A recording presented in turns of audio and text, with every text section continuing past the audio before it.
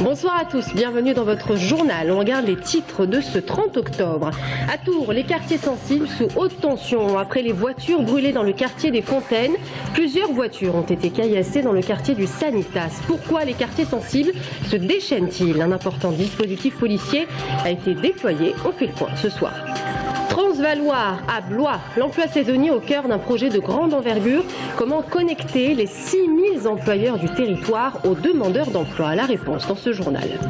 Et puis, la voiture aujourd'hui, indispensable pour certains et trop chère pour d'autres. Peut-on faire de belles affaires au salon de l'automobile? À Tours, près de 20 000 personnes s'y sont rendues ce week-end. Bonsoir, un hélicoptère de la gendarmerie survole les quartiers chauds. Après les Fontaines dimanche, c'est le quartier du Sanitas qui a été touché hier soir. Un 4x4 a été la cible d'une cinquantaine de jeunes. Le véhicule a été caillassé, il faut le dire. D'autres véhicules de particuliers et même de la police nationale ont été pris pour cible. Une opération aérienne a été déclenchée hier. Un hélicoptère de la gendarmerie a survolé le quartier pour rétablir la sécurité. Aujourd'hui, les habitants vivent dans la peur des représailles. Romain Delville. La place Saint-Paul, lieu de rencontre des jeunes du quartier, est devenue ces 2 derniers jours un guet-apens pour de nombreux automobilistes victimes du caillassage de leurs véhicules. Taxis, policiers et des particuliers. Ma fille qui était avec moi, eh bien, elle a une petite Fiat 500, ils lui ont tapé sur la voiture. Il n'y a pas eu de pierre, mais là c'était tapé sur la voiture. Nous avons été témoins dimanche l'après-midi des voitures qui ont été caillassées toute l'après-midi. Sans compter les mobylettes qui roulent sur les trottoirs à vive allure. Écœurement, lassitude de voir de jeunes adolescents s'en prendre aux habitants du quartier. Sur le marché ce matin, peu pourtant souhaitent s'exprimer.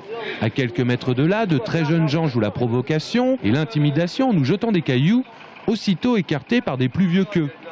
Sans justifier les actes des jours précédents, Malik s'inquiète pour l'avenir de la jeunesse qu'il côtoie. Montré du doigt, peu encadré, en manque de distraction aujourd'hui et de perspectives pour demain. Il y a déjà les jeunes qui ne trouvent pas de travail. Il y a il y a les parents qui ont baissé les bras. Et après certains jeunes ne trouvent pas d'autre issue qu'aller vendre des stupes ou faire autre chose. Outre la présence de CRS sur le terrain, les 2 dernières soirées ont été marquées par le passage d'un hélicoptère de la gendarmerie. Une méthode persuasive qui s'est greffée au climat de tension. La loi est la loi, on doit respecter la loi. Mais bon, le problème, c'est que aujourd'hui, voir un hélico sur le Sanitas en plein centre-ville en 2012, on n'est pas à Bagdad. Ici, il n'y a pas des gens, des mafiosi. Bon, il y a quelques-uns perturbants, on dérange beaucoup de voisins, mais tout le monde connaît tout le monde. Mais là, on était un peu surpris. Et Hadj Matassem d'ajouter que l'éducation doit jouer son rôle et de constater avec amertume que beaucoup de parents ont baissé les bras. Et une ambiance très tendue dans le quartier des Sanitas. On l'a appris tout à l'heure, les sapeurs-pompiers ont aussi été victimes de caillassage et sont intervenus dans le quartier pour secourir une personne en proie à une crise d'épilepsie. Alors comment expliquer ce déchaînement dans certains quartiers sensibles de la ville?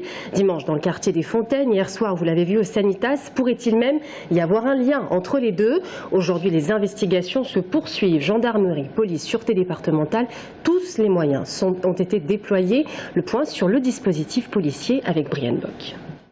Depuis dimanche, une demi-compagnie de CRS de Périgueux est venue en renfort à Tours. 50 policiers supplémentaires maintiennent ainsi une présence policière en soirée après les incendies de 25 véhicules dans le quartier des Fontaines. Le procureur de Tours a été saisi de l'affaire, mais pour le moment, aucune personne n'a été interpellée. Un appel à témoins a été lancé par le commissariat. Mais globalement, c'est l'ensemble de la ville de Tours qui est placé sous haute surveillance pour contenir tout débordement dans les quartiers sensibles. Hier soir, un important dispositif policier, renforcé par la surveillance aérienne d'un hélicoptère de la gendarmerie, a été déployé dans les quartiers du Sanitas, suite au caillassage de véhicules par plusieurs jeunes, pour la plupart mineurs. Là non plus, personne n'a été interpellé. L'origine de ces incidents inhabituels pour une ville comme Tours reste pour l'instant indéterminée, mais serait attribuée par plusieurs observateurs au désœuvrement dû aux vacances scolaires. Direction Blois à présent avec une initiative pour l'emploi saisonnier. Le projet Transvaloir, son objectif, créer un point de rencontre entre les 6000 emplois saisonniers du territoire et les demandeurs d'emploi. Un projet porté par la Maison de l'Emploi du Blésois, Aglopolis et la communauté de communes du Pays de Chambord. Jérôme Alain vous présente le projet. C'est une première en région centre. Transvaloir se veut ambitieux et pérenne. Les acteurs du projet souhaitent mettre en corrélation les 6000 offres d'emploi saisonnières sur le pays des châteaux avec la main-d'œuvre locale et créer ce qu'on appelle des boucles saisonnières sur des secteurs bien ciblés comme l'agriculture et le tourisme principalement. Nous allons recueillir autant que possible les offres d'emploi qui seront à pourvoir l'année prochaine. On va anticiper, on va faire ce travail d'anticipation à partir de maintenant jusqu'au mois de janvier. Et à partir de janvier, nous organiserons les emplois pour sécuriser des contrats de travail sur toute l'année. D'ici mars prochain, Transvaloir doit permettre la création de 50 boucles saisonnières ou comment offrir 3 à 4 CDD cumulés sans interruption pour inciter les demandeurs d'emploi à s'investir dans des emplois temporaires qui pour le coup seraient plus durables sur une même année.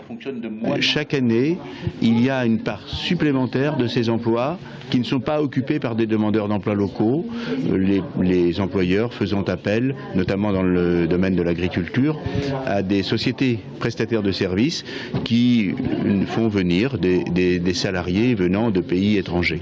Notre sujet, c'est bien donc de recréer une forme de circuit court entre les demandeurs d'emploi locaux et les employeurs qui proposent des emplois saisonniers sur le territoire. Sur le pays des châteaux, chaque année, ce sont près de 2000 offres saisonnières qui sont proposées dans l'agriculture et 1300 liées au tourisme. Au printemps 2013, ces offres siglées Transvaloir devraient apparaître sur le portail de Pôle emploi pour faciliter la recherche et créer ainsi des ponts entre offres et demandes d'emploi. Les négociations ont échoué ce matin. Les élèves de l'École nationale supérieure du paysage de Blois étaient à Paris, au ministère supérieur de l'enseignement. Ils ont rencontré le chef de service à la stratégie.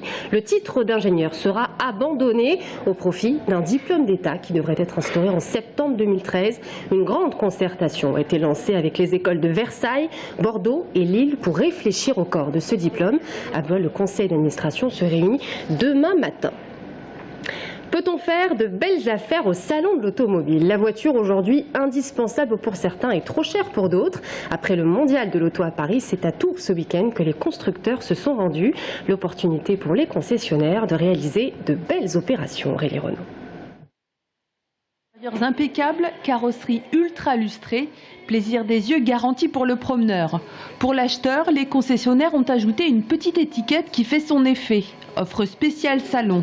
Car oui, le salon c'est bien l'occasion de faire de bonnes affaires, mais attention, il faut être rapide. C'est des véhicules de collaborateurs, en règle générale, donc des véhicules de service. Donc c'est des véhicules qu'on utilise nous au quotidien, qui ont 1000 km, 2000 voire 3000 km. Et donc à partir de là, on peut vous faire une remise qui est plus que confortable. Un entretien de vente est complètement différent. Le client est poussé, entre guillemets, on va dire, à prendre une décision assez rapidement, sachant que le salon de l'automobile est sur une durée de 4 jours. Plus de 250 véhicules et des remises entre 20 et 30%, de quoi faire tourner la tête des acheteurs potentiels. Des acheteurs qui ont d'ailleurs chacun leur technique de négociation. Je sélectionne la marque qui me convient et puis je me présente chez le concessionnaire pour vraiment discuter le prix. En tant qu'acheteur, on est un petit peu en position de force, à l'inverse des concessionnaires, puisque la crise est là et que les voitures ne se vendent pas beaucoup, donc on peut négocier une remise intéressante en plus du prix salon. Et puis il y a des véhicules pour lesquels la négociation s'annonce plus difficile, comme pour ce Roadster de 571 chevaux vendu 200 000 €.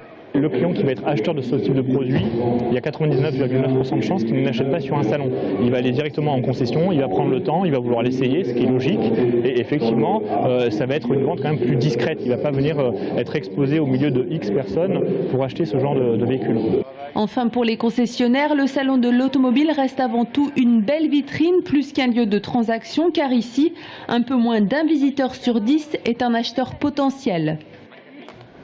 Et on termine ce journal avec un petit coup d'œil sur la programmation du festival Les Rocomotives. Ce soir, dès 19h30, c'est la compagnie L'Unijambiste qui ouvre les festivités avec Please Kill Me, un livre musical qui retrace l'histoire du punk dans les 70s et les 80. À 21h, c'est l'heure anglaise avec Apat. Ils sont 6 et ils ont de l'humour, vous le voyez. Et puis à 23h, ce sont les Américains qui clôturent la soirée. 6 là aussi, ils viennent de San Francisco.